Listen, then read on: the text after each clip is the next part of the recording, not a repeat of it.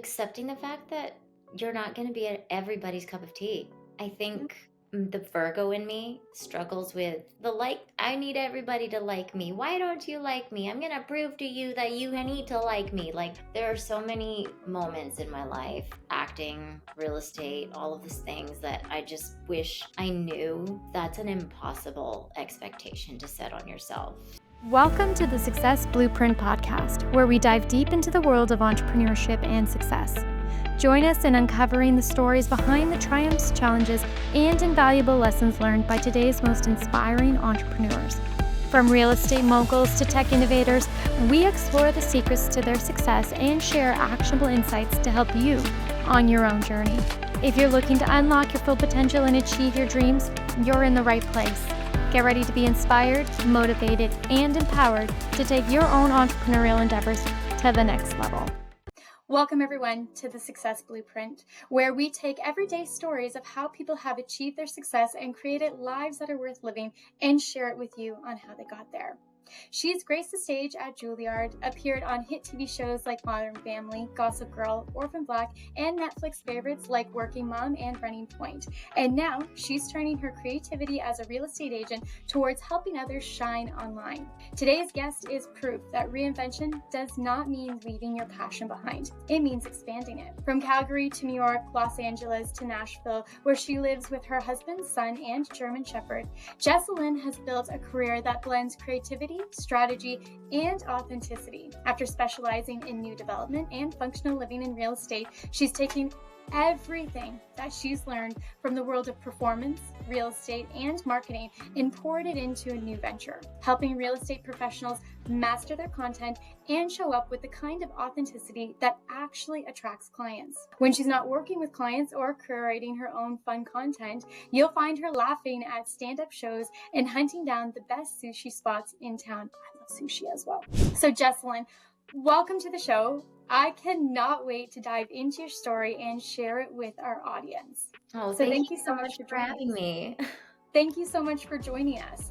Now, you've had a number of different directions throughout your career, acting, real estate, and then a marketing background. So when you made the jump into real estate and when you moved to Nashville, what were some of the biggest challenges that you faced along the way? Because I imagine throughout your career, you faced a lot of challenges, but this is a new area. Yeah. So, I think first and foremost, Nashville defined me as a parent. So that kind of was one of the biggest wake-up calls in terms of like transitioning to a new city and figuring out where I belonged. I'm like a Canadian, but I'm also a New Yorker, but I'm also an Angelino. Like, there's so many different things from big city living that has like evolved into who I am. And so transitioning into the South has definitely been probably the hardest challenge for me personally. Because culturally speaking too, there's just not a lot of diversity in the South, and especially in Nashville, because it's not like a port. It's not a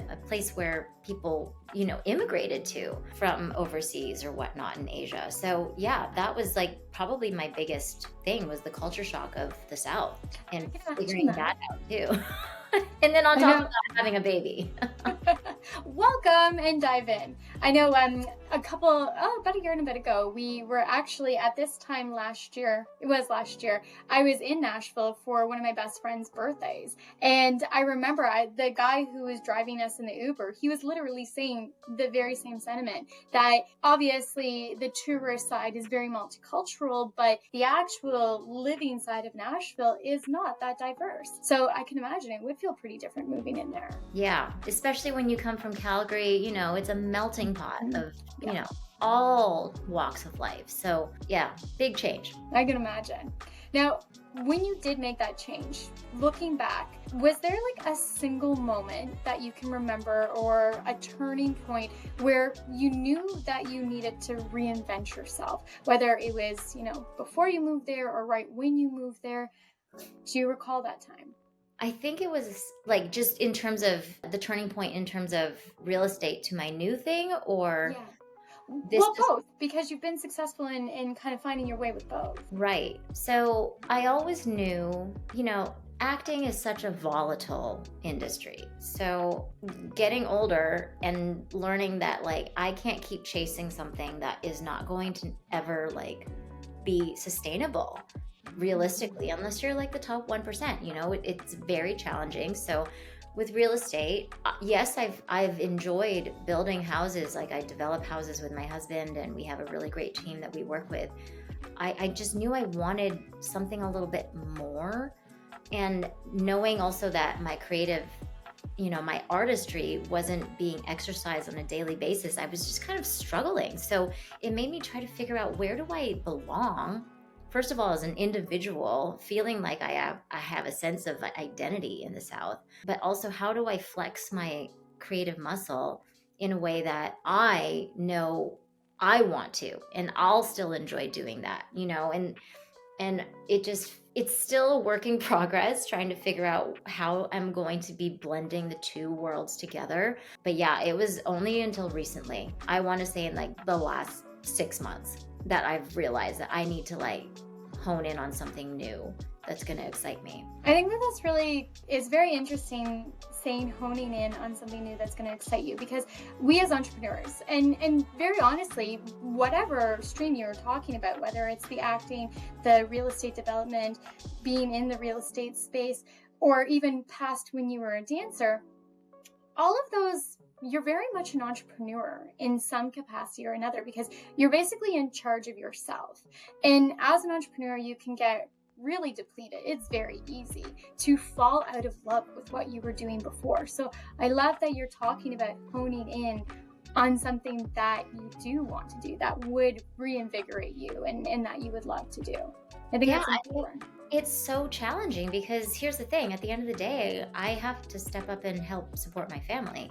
So, but on the same trajectory, I don't want to be doing something that is going to feel like an empty pit in my stomach. So yeah, it's again, like I'm really trying to work through this whole new process. I'm really excited to see where it goes, just because I feel like there's just something else that's like we're working through. We're working through the weeds of like how to figure out where this space lives. And yeah, that's the stressful part, but also it's pretty enjoyable figuring it out. I love that you said that it's enjoyable figuring out, because that is something that I often talk to my clients about. We're all working towards these big lofty goals, things that we want to achieve, milestones, whatever the case is. And you're constantly focusing on that and how good it's going to feel once you get there. But the actual enjoyment is the in-between. For me, I love doing new things because I love learning. Like, I'm a serial learner. I love to learn something I've never heard about before. I love to expand what I already know. So it's the process along there, but it's also hurdles, overcoming them, showing resilience, and that you can get your way there. That's, I think, where a lot of that enjoyment and pride comes from. So I love that you said that. I mean, it's not easy. Not at all. But yeah, you have to wear all the hats. And if you can't, focus on and accomplish the mundane things, then how are you going to conquer the really hard ones? So yeah, you kind of have to enjoy what you want to do if you want to build it and grow it. Yeah, exactly. Or that reminds me of one of the things that I wanted to ask you about, because when you are an entrepreneur, when you are reinventing yourself and doing new paths and creating a new trajectory and kind of really figuring things out, mindset is so important. It either makes or breaks us, especially when we're doing the things like the mundane tasks that we have to do to get there, but we don't love doing.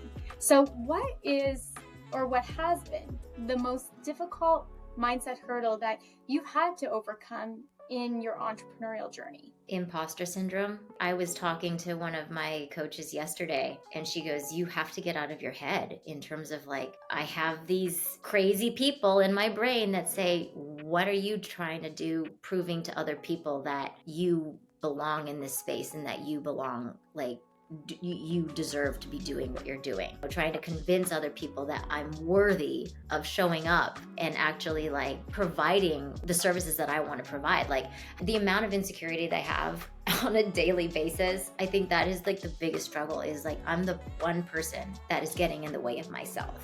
And that's all in my head. And sometimes, you just got to get people to shake you and convince you otherwise, that like, focus on what you're good at. And that's what people will notice, instead of these other things that like, oh, what if I'm not good enough? Like there's so many of that belongs and that exists in every one of us. And it's an ongoing struggle. It's never going to go away either, but you have to like fight it. Harness it. Yeah, you have to harness it. Well, so here's the interesting thing, because I'd like to offer a reframe for you. I know some of the most successful people that suffer from imposter syndrome. I know people who have, like, anyone would look at it and be like, you have made it. And they're like even yourself included. And they have imposter syndrome to some degree. And here's the reality that I have learned with coaching and talking with other people, and even just for myself. Most people are more concerned with their own insecurities than looking at you and thinking, what do you have to say? Yes, there are aspects, like when somebody wants to buy a good or service from you, you do need to prove yourself to a degree, saying, here's my credentials, or, here's why I am the person that you should be using for this. Yeah, we all have to sell ourselves in some way. But literally, once you tell them something, they're very highly likely going to believe it. They will, you are whatever you say you are, not just to yourself, but to other people as well. So the reframe of you having to, prove yourself, you're already there. You're already an established real estate agent. You've already had established careers behind you. I mean, Juilliard, I grew up doing Irish dancing my entire life. I competed and I trained internationally, and I toured internationally, and I even danced for the dance trip. So I understand that aspect. Even that alone gives you an edge, and also makes you an authority for being able to show people how to perform, how to show up. Like, even the way that you would carry yourself has that performance aspect in you. And that's really what this all is. We're all just performing. Mm-hmm. So you absolutely have proven yourself, and you absolutely belong, because you're a performer through and through, and you have been since you were very, very young. So the reframe, you belong. You absolutely belong because of your performance background. Well, I appreciate that, because I need a daily reminder. Call me. Call me or message me every day, and I'll give you a little boost. I do it for lots of people. Thank you belong. You are loved, and you are worthy, and you belong. Yes. That's great. Okay, so with the whole entrepreneurial journey and building yourself, one of the things that attracted me to your Instagram channel, because I watched you in those shows, like I told you when we first spoke, I loved Working Moms. Like, that was my binge when I had my babies. I watched it like crazy because it was so relatable. But in the whole entrepreneurial aspect of what you're doing, what role does authenticity play in your career and your personal brand? Because you are very authentic. Speaking with you the first time we chatted, it was so refreshing to hear how absolutely authentic you are. And then also your marketing and advertising, the reason why I reached out to you, because it's not even marketing and advertising traditionally. Like, I love watching the video of you eating your chips out of your bowl in the car, and I'm like, I have a friend who eats like that. It's amazing. So how does that play into your career and personal brand? I really, as an actor, I really don't know how to be anybody else but me in real life. And that's like the weirdest. It's so funny coming from somebody who acts like that's my job.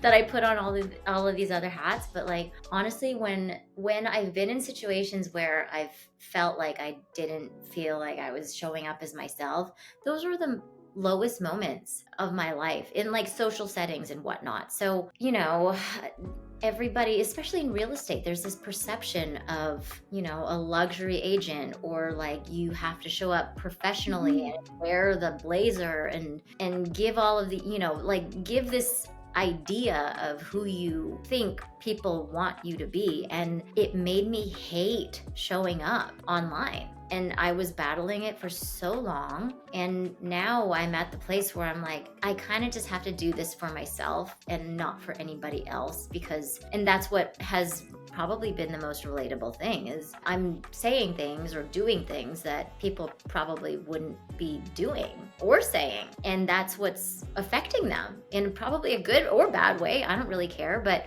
at the end of the day, it's like, yeah, I have to be myself. Otherwise, it's not gonna, like, I've tried And I'm still testing the waters with where my content is going. And I know when I'm trying too hard, it's not going to hit, and it's obvious. Yeah, I can understand that. Because so much of what I do is educationally based, I want to teach people tactics and techniques that they can implement on a daily basis. So often my content can be very bland, very boring, because I'm just getting up there and I'm actually implementing a hypnosis or whatever NLP technique I'm doing there. And so it's funny because I do, with the people who help support my social media, we have this like literal daily conversation of, Colleen, you need to do something else. Like, you need to be fun, be you, be who you actually are, which is why this podcast came to live, is because it's me being able to be not just the educator, but getting to show my personality as well. And that's where people really resonate, when they get to see, because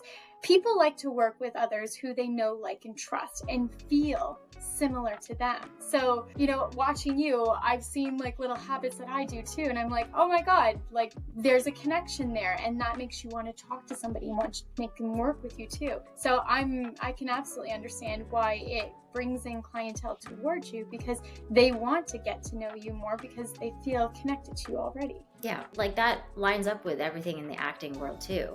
Is with these characters on Working Moms, everybody had their person that they related most to, and that's what they gravitated towards. And that's why the show was such a huge hit, because it was like real people on the screen and you felt like you were being heard. I know. One of my biggest aspects of it too was how it was so relatable, and how there were all these little things that you could take from each character and be like, oh, I've experienced that, or oh my God, that just happened to me the other night. Like I had just had my son, and I was on the phone working 3 days after I had my son. We were still in the hospital when I was doing client calls, and I remember having to juggle how feeding him and going places and meeting clients. And like there were times where I literally took him in his car seat and plopped him on the table while we were having professional meetings. And so it was very relatable. So yeah. I loved it.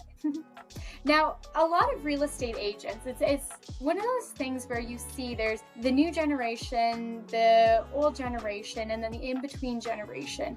Everybody has their aspect where they're struggling with social media in some way. But why do you believe that so many real estate agents struggle with it? And what do you think that they can do differently based on the people that you're working with? I mean, I think it runs the gamut from I really hate the way I look to I'm not comfortable being on camera to why do I have to do this because this isn't what this isn't my job.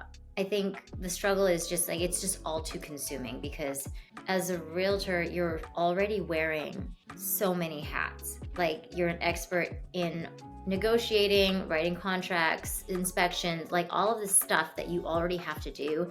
And now you have to be an editor and a creative, a copywriter, producer. Like you have to do all of those things. And that's what I feel is the most daunting for people, is coming up with a system that is manageable and realistic within their means. So when I hear people saying, yeah, I need to show up, I'm like trying to build them up to the level that they feel comfortable in terms of like showing up on social media. So yeah, like it's a big struggle to just sit them down and say, you have to do this, first of all, but then to actually pursue it in a way that is within their means. I think that's the hard part, is like people expect it to be this grand production, but I'm doing all of this on my own. So I can show you that it's possible. And you don't have to have thousands of dollars a month doling out to like outsourcing crews and, people shooting your content and all of that stuff. Like it's possible for you to do it on your own on a budget. And maybe that's one big factor, is the cost it would take for people to think that they have to show up online in the level that they assume it is. I absolutely agree with you. I literally had that conversation with a client the other day where we were talking about him doing some more long form video content. And it was just, we were talking about it, not that I was giving him advice, but we were talking about tasks that he was wanting to accomplish and why there was this mindset hurdle of him not doing it. And we kept coming back to take the pressure off. It doesn't have to be perfect. First and foremost, you've got a beautiful office. All you need is a ring light and your phone. And even if you're not comfortable, you can use any of those prompting apps that will have what you need to say written across your screen, it can be so easy. And then all of the different apps that you can use to edit it. But a lot of people do still have that hurdle. And what I think it all plays down to, again, is what you talked about a couple minutes ago, imposter syndrome, or not being comfortable internally. I can't tell you how many of my clients are like, and including myself, I am 100% guilty of it, where I need to tape something, but I don't like how I look right now. I don't like how I'm showing up right now. I feel like people are going to look at it, and instead of listening to what I have to say, they're going to be more focused on what I look like or what's missing, kind of thing. And I think so many people have those mental struggles paired with the imposter syndrome. It's such a mindset hurdle that they have to get over. Yeah. And also, like, here's the thing. I feel like the harder you work on something, the worse it gets, like the worse it hits. The things that I have been shooting that are totally off the cuff, I don't think twice about any of it. It's the ones that I'm like, oh, what if I do all of this stuff and make it like super like complicated? It fails miserably. So there's no point in putting all of that effort into it, honestly, because you just never know. You just got to do it. Yeah, exactly. I can imagine from your perspective, especially, like, I'm glad you said that, because as an actress, you are behind the scenes too. You see the production to create the finished product, but then you also are creating your own content by yourself, and you're wearing all of the hats of the people that you have worked with. And so for you to be able to say that, I think it's really important, just for people to go with it, to do it, to get it done and get out there. That polished version, people might not be able to resonate with, because not everybody's able to get out there and spend, a $4,000 budget on a monthly basis to have really polished content. Yeah, so. And we got to get it out of their heads that that's what it takes in order to show up online, because it certainly does not need that. It doesn't need to be that way for anybody. Absolutely. Yeah. I totally agree with you. Now, you kind of already touched upon it with the cost of social media, how it doesn't have to be that cumbersome, how you can do it on a budget, how you don't have to be, completely polished. Authenticity is what really shines. But are there any other myths about social media marketing that you want to address or dispel for some of the agents out there? This whole journey is a work in progress. Like, my Instagram only started taking off since May of this year. So I'm like a few months into figuring it all out. And so with me following all of these other social media strategists, all of these people selling courses, evergreens, all of these things that you would think would help, it's almost overwhelming, especially when it comes to like the hook or, engage, like retaining viewership and all of this stuff. People's attention spans are so limited and so short that it has to be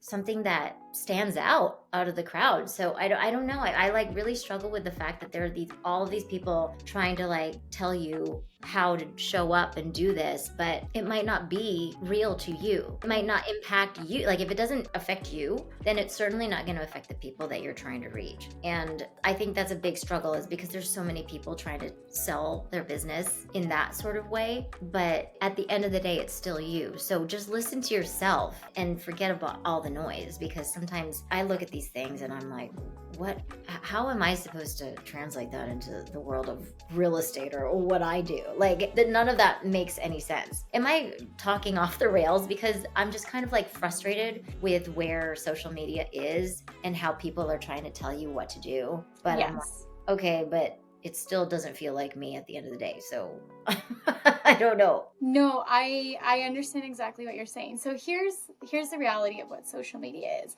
Social media is a absolute form of entertainment, but they have recently put out how short videos actually are more damaging to our brains than alcohol consumption. I don't know if you saw that report. It was literally just out in like the last couple of days. The thing is that from a neuroplasticity standpoint, because I'm a neurolinguistic programming specialist, so I work with neurology. Our brains used to be able to focus strategically for about a 20-minute increment before it would get distracted and be like, oh, squirrel. Now, because of social media and the type of video content that we are absorbing, our attention spans are becoming even shorter, which also means that our cortisol levels are spiking. So the stress hormones are increasing. And because of that, we are seeking more quick hits of entertainment that make us happy, like the quick videos of trying to think, like the silly TikTok trends that we see coming through. So naturally our brains are looking for something that gives us a quick sense of relief, right? And because we've been so programmed to be replacing traditional entertaining things with social media, we expect everything that we see on social media to be entertaining. But like you said, that's not going to be authentic with everybody. There's very few different trends that can work with real estate. So then the trick is looking at how you can be authentic to yourself and what makes you unique, and then presenting that out. As a real estate agent, the likelihood of you working with somebody across the world is not as high. So you don't have to go viral. But the likelihood of you working with your cousin's friend that you haven't met yet, but they are potentially looking to buy or sell a home or build a home, there's more of an opportunity there. So the more relatable you are to that person, the better. The whole trick is, how do you hook them? How do you get their attention? And I think that that's where using community, something that's familiar to them, can be beneficial. So for example, a social media post that I'm going to be putting out in the next little while is one of me jumping on a trampoline. Very spur of the moment. I was literally jumping on the trampoline with my kids. I got a phone call from one of my clients. I took it really quick, and then it sparked an idea in my mind. So then I started jumping on the trampoline and recording as I was talking about the idea I had. That was very me. Anyone who knows me knows I'm pretty hands-on with my kids. I like to play with them. I like to do things like that. So that will really resonate with my clients and people who know me. For somebody out there in the internet world who doesn't know me, they're going to be like, probably look at it and be like, oh my God, like that's weird. But that's okay, because that's not necessarily the audience that I'm trying to target in. So I think that it's a very delicate balance of really knowing who you are trying to target in social media, being authentic to yourself, and then leading forward with ways that you can connect with them, because that's really what you want to do. You want to connect with them. And when somebody does recognize you, they are more likely to watch you. So that's the other aspect of it too. What a lot of people forget to do when they're coaching on social media is they forget to teach people how to re-engage with people. You know, they'll tell you, oh, you should like posts, you should comment on posts, but actually like engaging. One of my clients was talking to me about how he has a lawyer that he works with. He's a mortgage broker, and he has a lawyer that he works with. And that lawyer has basically built a very successful business out of direct messaging on Instagram. Literally direct messaging on Instagram. So that's another aspect of how you remain authentic. You connect with the people who want to connect with you, or who might want to connect with you, and grow your audience from there. Social media is wild, man. It's like everybody needs to go to school for it and figure it out. I know. So many aspects of it that I have not tapped into, and the whole idea of building a business on it is baffling. But at the same time, like, it's crazy how many doors open because of it. So you might as well like jump on the bandwagon instead of like fighting it. Well, you and I, for example, I don't think that I would have ever had an opportunity to connect with you other than I literally have been following you. I love the content that you're creating, and I messaged you. I reached out to you through a direct message on social media, and now you're on the podcast. Here we are. Exactly. So that's what I mean, is like, that's a direct example. You don't get what you don't ask for. And sometimes you just have to go out and be like, hey, I want to talk with you.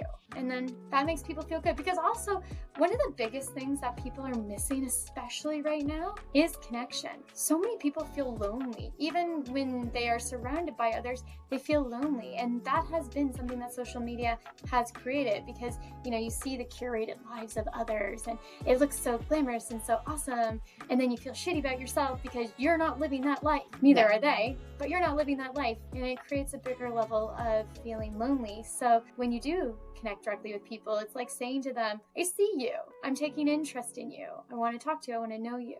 So now, when you're doing the whole social media gamut, the entrepreneurial gamut, there's a lot of things that we have to manage. So what strategies do you recommend for busy professionals, real estate agents and others, just busy professionals in general, who really do want to create, great content, but are struggling to find the time and the energy to do it? I'm personally starting a business that is helping people and holding them accountable for this exact thing. I think you have to simplify it. You don't have to shoot content every week. You don't have to be editing content every day. Like, this is one of those things that you probably have to plug into a system, like once a month. This is what you have to shoot. This is what you've got to dole out. You have all of your footage.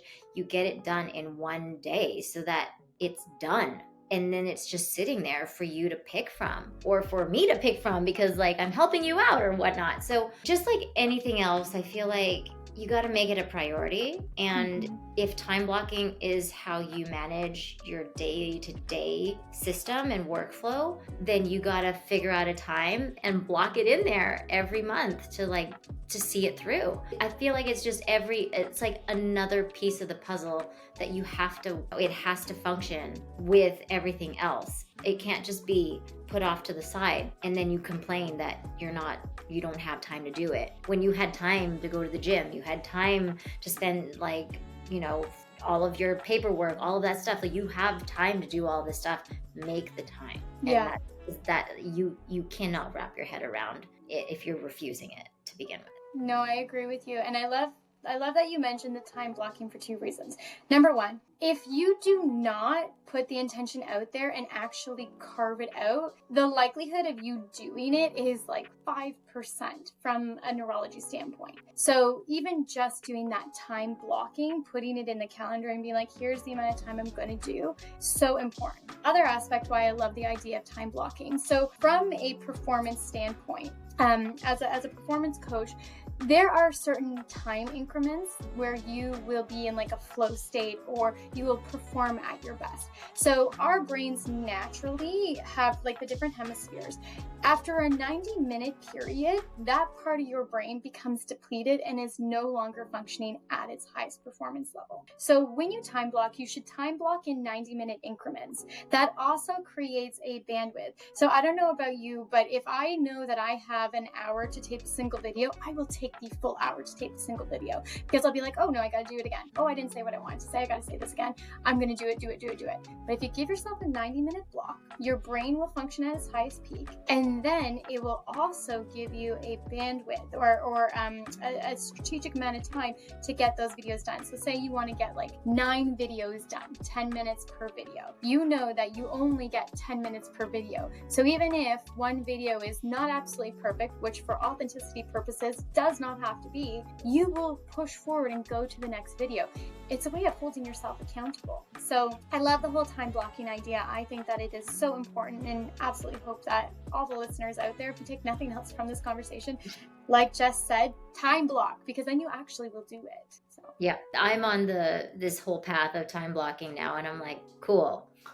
I only take coffee meetings Tuesdays. Otherwise, I'd be having coffee every day. You can tell that I'm jacked up on coffee on Tuesdays because it's just meeting. And I'm like, oh, I think I need to just drink some water. But yeah, no, I strategically map out my week so that I have my days that I have to focus on. That's so smart to do. Yeah, that's such a smart thing. I did some coaching with a company called The Strategic Coach, which is in Toronto here, and that was where I first learned about time blocking and how important it was. So each day I do have action days, I do have creative days, but even within those days I'm time blocking, because with what I do I have to have different functions. So every day I have a little bit of administrative work, every day I have these things. But I absolutely love that you do have certain days where you're taking meetings, because I think that is really important, because you either are getting to look forward to that day, or you know that you have to prepare for that day mentally, and it gives you the power back. Now I want to go back to your editing services bundle for agents. How did that idea come about for you? And when it started coming about, how has it been evolving since you first thought of it? So I was trying to figure out, just based on hearing my colleagues talk about social media and showing up, the biggest time suck for them was figuring out how to edit their stuff. Like, they just don't know how to do it. And we're in that generation. Like, I'm a part of the millennials and everything, but like people who are older and now have to show up online, like, they just don't have the means or the tolerance or the patience to do the mundane job that actually gets their content to the finish line. So I was doing a little bit of research in terms of where I wanted to fit in. Like, I know that there's a lot of the plug and play templates, you know, a lot of subscription services where you sign up and you can just pull ideas from these services. But then there's also the other extreme of hiring a social media agency to do all of your content, but at what cost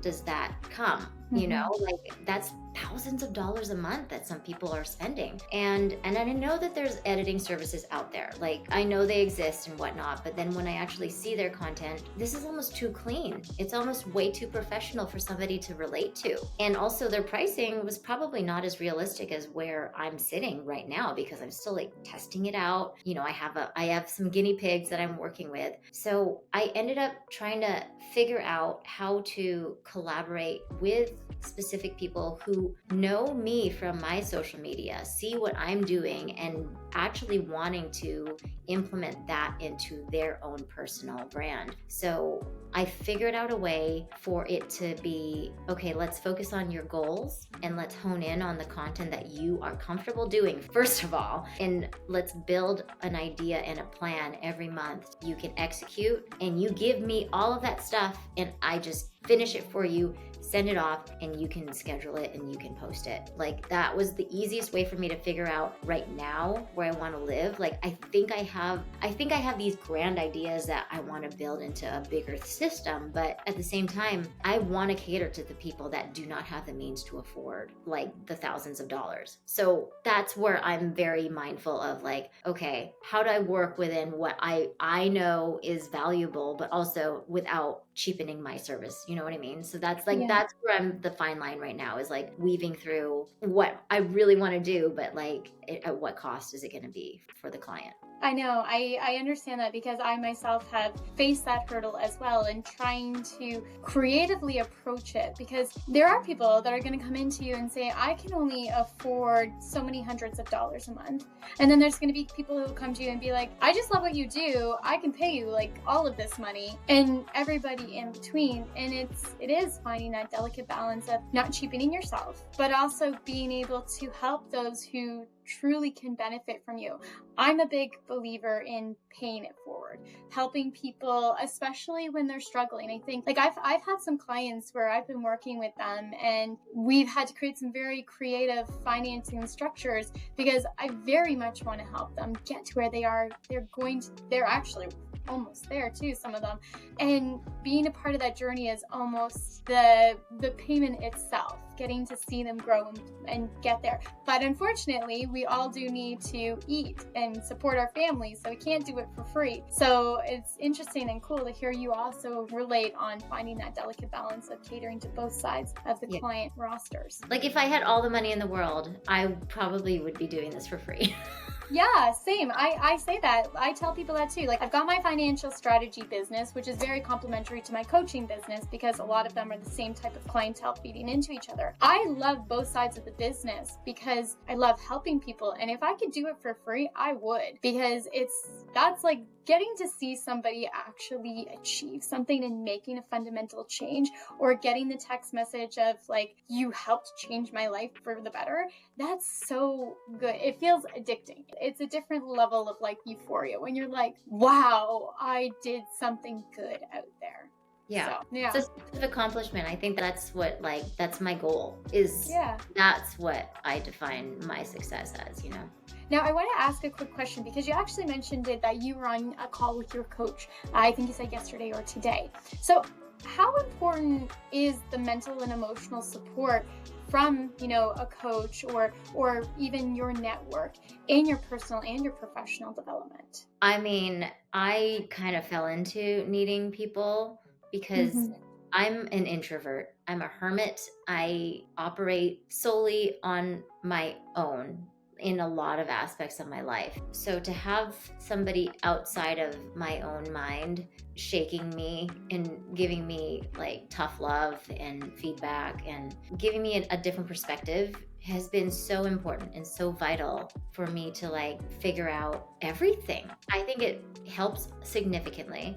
Obviously that comes at a cost too, but I don't know.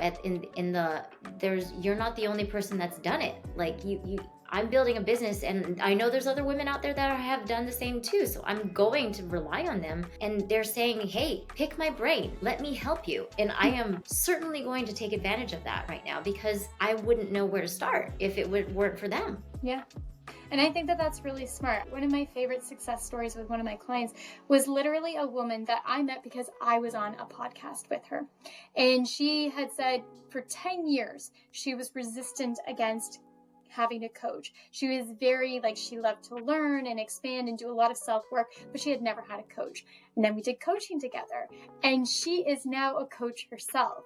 So she went from not believing really in coaching to having me coach her to now she is a coach. And I couldn't be more proud of that journey and being a part of it, because coaching is such an amazing thing. And I think that literally everybody in some way or another could benefit from coaching, because having a trusted person whose sole interest is to help you achieve what you want to achieve is so helpful. And it does, you bounce ideas off, you can clear up thoughts, and obviously every coach has their own specialty and whatnot, so you can lean on different ones. So I love the fact that you're leaning on all of these different women who have built brands to pick their brains, because you're gonna get different pieces of advice from each of them. And just like when you have a baby for your first time and everybody's going to tell you advice, one of the things that I tell all my friends when they have a baby is everybody's going to give you the advice. Listen to everybody's advice. Think about everybody's advice. And then in the moment, choose whose advice you're going to use and try out a bunch of different ones. Because the reality is that we are all different, and what will work for one may not work for the other. And a combination of the advice is sometimes the special miracle or the special combination that you need for success. So exactly. Yeah. I mean, I don't think I should have been doing this more at the beginning in terms of like reaching out, asking for help, but that wasn't it wasn't natural to me. But now that I'm in a position where I kind of need direction, rely on these people who are willing to help. Well, also too, I'll give you a reframe on that, because maybe it would have been helpful for you to do that when you were starting, sure. But also at that time, you probably had to prove some things to yourself. You had to prove that you could be resilient, you could push through, you could figure things out. And so now that you're leveling up, you're hitting those next areas, you're a different person probably now than you were back then. So now you can take in additional aspects and advice and integrate them in based with your own established resilience. Yeah. There you go. Now, looking ahead, we talked a little bit about your vision for the business, but how do you hope to impact the real estate community at large? I heard from one of my courses that I've taken that social media is marketing 2025. I think because the reality of where we are in this day and age, I want to be able to help bust through any sort of idea of what people think they need to show up as. I cringe when I feel like I can tell when somebody's not themselves. Mm-hmm. And they're being forced to do something. Especially, it's kind of more obvious for let's say real estate teams, where there's this one person that's saying we got to show up, we got to do all this stuff, but there's this one person in the corner that is just struggling, and you can tell that they just don't want to be there. And I want to be able to help people break through whatever barriers that they have inside their brain that is preventing them from actually showing up as themselves. And that is my deepest goal, is for everybody to show up authentically. And that's how I want to be able to have an impact on other people, is saying, okay, yeah, she brought it out of me and I don't feel bad about it. You know what I mean? I don't have any guilt about showing up as me. I love that. It's the authenticity, right? This is real life. So perfect timing, actually. Okay, now before we wrap up, I want to ask you, if you could go back, hindsight's 2020, if we could reverse back time, I probably would have bought Bitcoin when I started to be a stockbroker and it came out and I was like, oh, this is dumb. Should have bought tons of it. But anyways, hindsight. If you could go back and give your younger self just one piece of advice at each stage, acting, real estate, and now your new editing package, what would it be? Just accepting the fact that you're not going to be everybody's cup of tea. I think the Virgo in me struggles with I need everybody to like me. Why don't you like me? I'm going to prove to you that you need to like me. There are so many moments in my life, acting, real estate, all of these things that I just wish I knew that's an impossible expectation to set on yourself. So I really think focusing the energy towards people that support you, that lift you up, is a big thing instead of craving for the attention of the people that aren't giving you the attention. Yeah. That's probably the simplest way to put it, is just putting your energy towards the positive things that help you, and everything else is just noise. Oh, I love that. I very much love that. What a great ending note. All right. Well, I am so appreciative of you joining me today. I have loved every second of our conversation together, and I would most look forward to doing this again. And for our viewers, you will be able to find all of her hashtags down below in the comments section. Make sure that you check out her profile, watch, and learn from her, because I'm telling you, the whole reason why I had her on here was because not only did I recognize her from being an actress, but I was truly enjoying her content. So you can learn some things from her, absolutely. So Jess, thank you so much for coming. I really appreciate you and your time. And I hope that you have a wonderful rest of the day. And for our audience, I hope the same for you guys too. Thank you so much. Thank you.